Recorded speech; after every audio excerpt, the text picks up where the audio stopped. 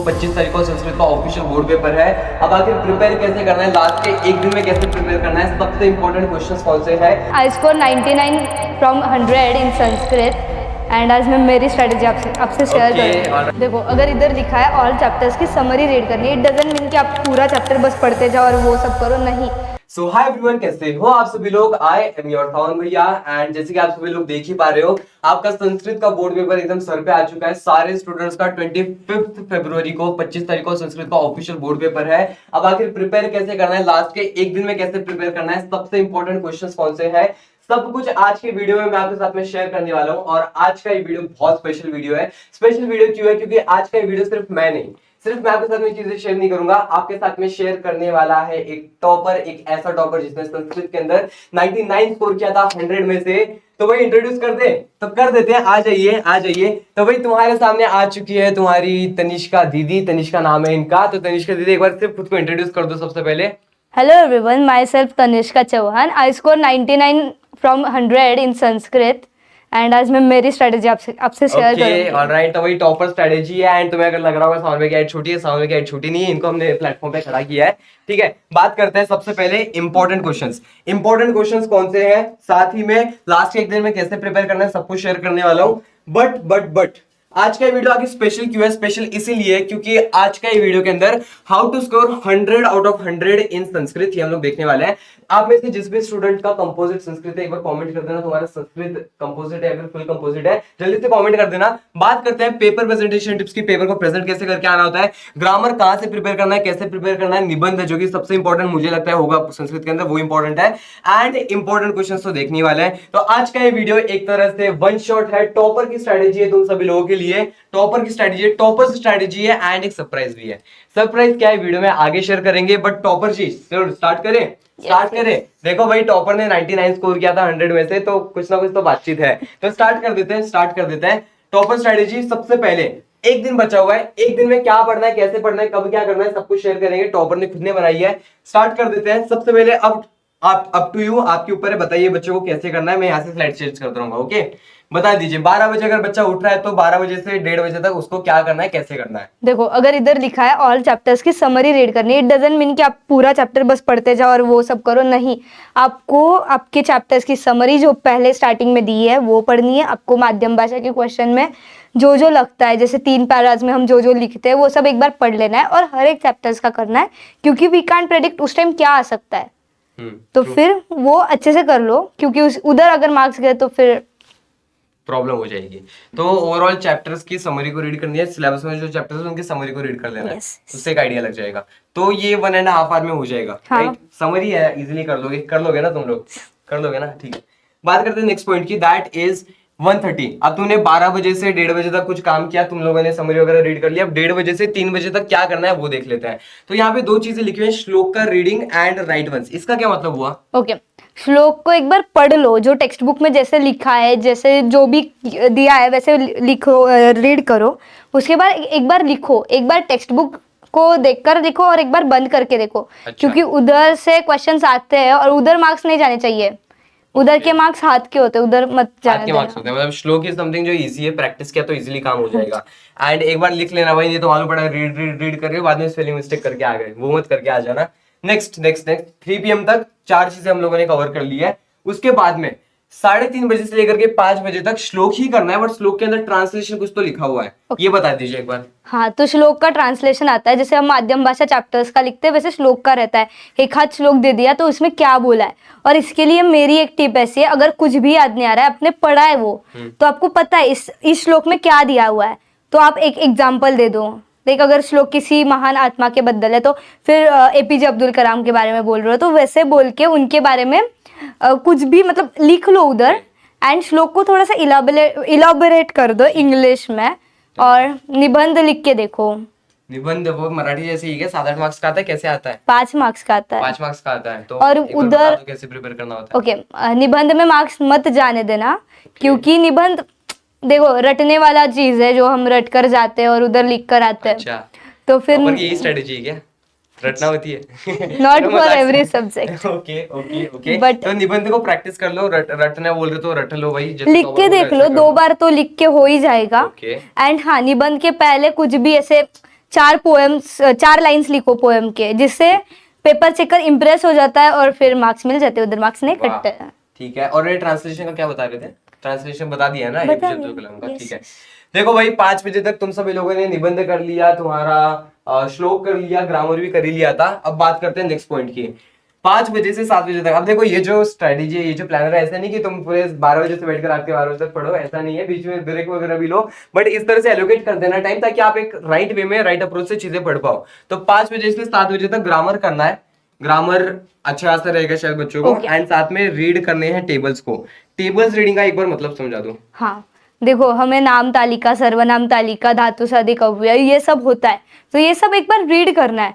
It's not like आपने तो oral दिया है तो आपको पता है, आपके ये लर्न है, तो बस आपको रिवाइज करना है। तो आप देव का कर रहे हो, देव, वन, माला, नदी, कवि, मति, वो कर लो। फिर सब अस्मत्, युष्मत्, एतत्, तत्, वो सर्वनाम तालिका कर लो। एंड बाकी जो भी खुद से जो लग रहा है ना कि ये आ सकता है, ये भी पढ़ लो। तो बस उतना ही करना। और ग्रामर में स्म, निष्कासयत, फिर अव्यय, ये सब एक बार देख लो। और ये कहाँ से देखना, टेक्स्ट बुक में जो पीछे के क्वेश्चंस है वो एक बार देख लो। और अगर आपके पास वर्कबुक है तो आपकी स्कूल वाली वर्कबुक में जो भी ग्रामर के टॉपिक्स है वो पढ़ लो। मैंने उतना ही किया था उस टाइम पर। चलिएगा चलिएगा। देखो बीच में ऐसे आ रहे थे, मेरे को डर लग गया भाई, इतना कुछ करना होता है क्या संस्कृत के लिए? ठीक है, अच्छी बात है। बात करते हैं नेक्स्ट पॉइंट की।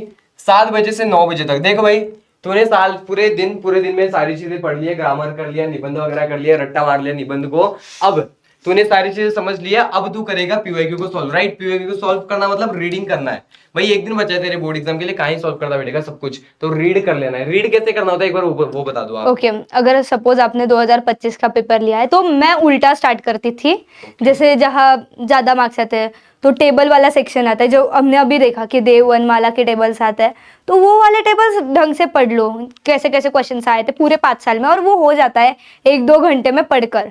तो टेबल्स का पढ़ना, निबंध कैसे आए वो पढ़ना, एंड बस उतना ही करो। प्रैक्टिस इंपॉर्टेंट है। अब तो एक दिन में पता नहीं सालों ने पढ़ाई कि नहीं बच्चों ने, बट एक दिन में टॉपर मैं तो लेके आ गया भाई, तुम्हारे सामने लेके आ गए टॉपर तुम्हारे लिए। तो करो भाई, तुम सब समझो, करो भाई, क्लिक कर देना। ठीक है, नेक्स्ट पॉइंट की बात करते हैं, नाइट। अब देखो भाई रात आ गई, पूरे दिन ये तो नहीं करते रहोगे, तुम्हें रिवीजन भी करना है। पूरे दिन में जो कुछ भी पढ़ा था उसका रिवीजन करना होता है। रिवीजन कैसे करना है, क्या करना है, वो भी हम लोग शेयर करने वाले हैं। क्या क्या इंपॉर्टेंट टॉपिक्स है रिवीजन करने के लिए, वो भी देख लेंगे।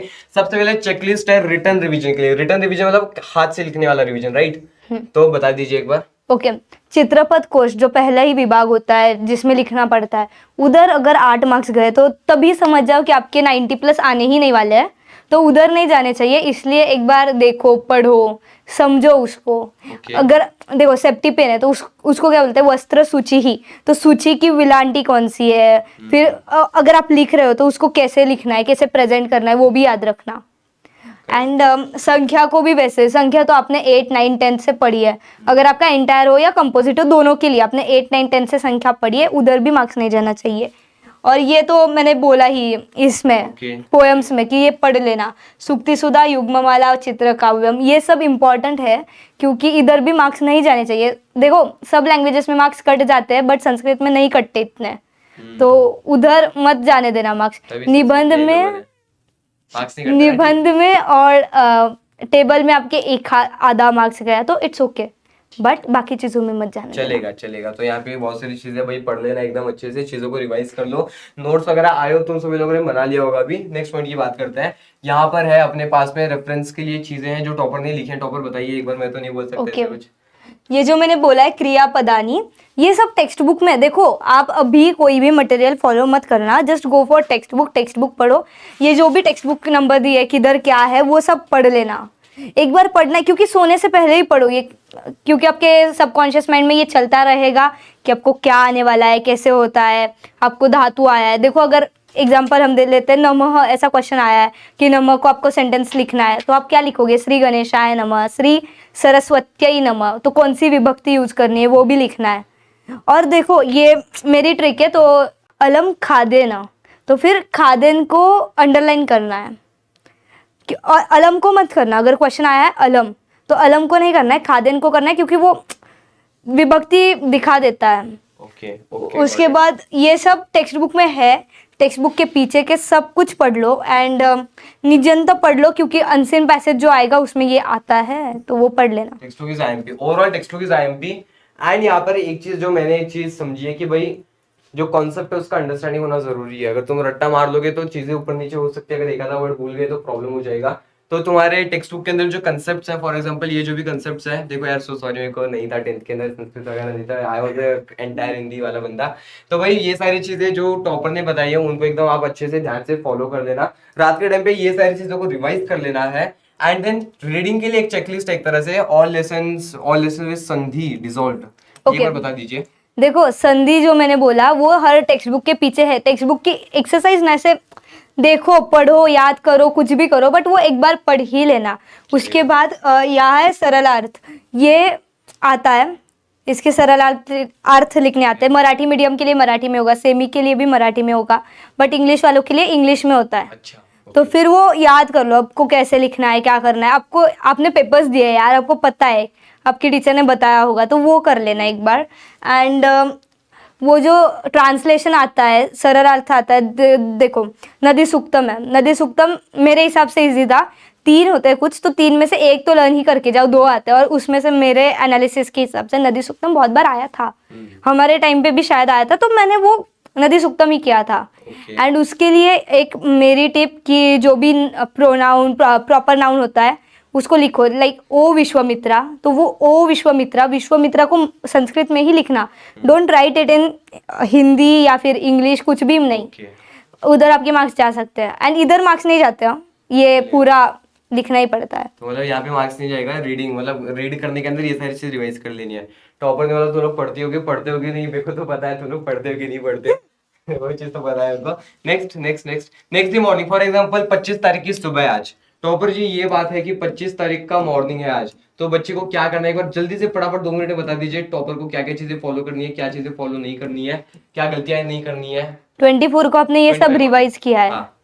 तो फिर आपको देखो चित्रपद कोश, संख्या, समय, सब ग्रामर के एक बार टॉपिक, फिर जो धातु अव्यय वाला मैंने बताया, नमः, अलम, वो सब एक बार देखो, उसके एक सेंटेंसेस रिवीजन कर देखो। लेना है।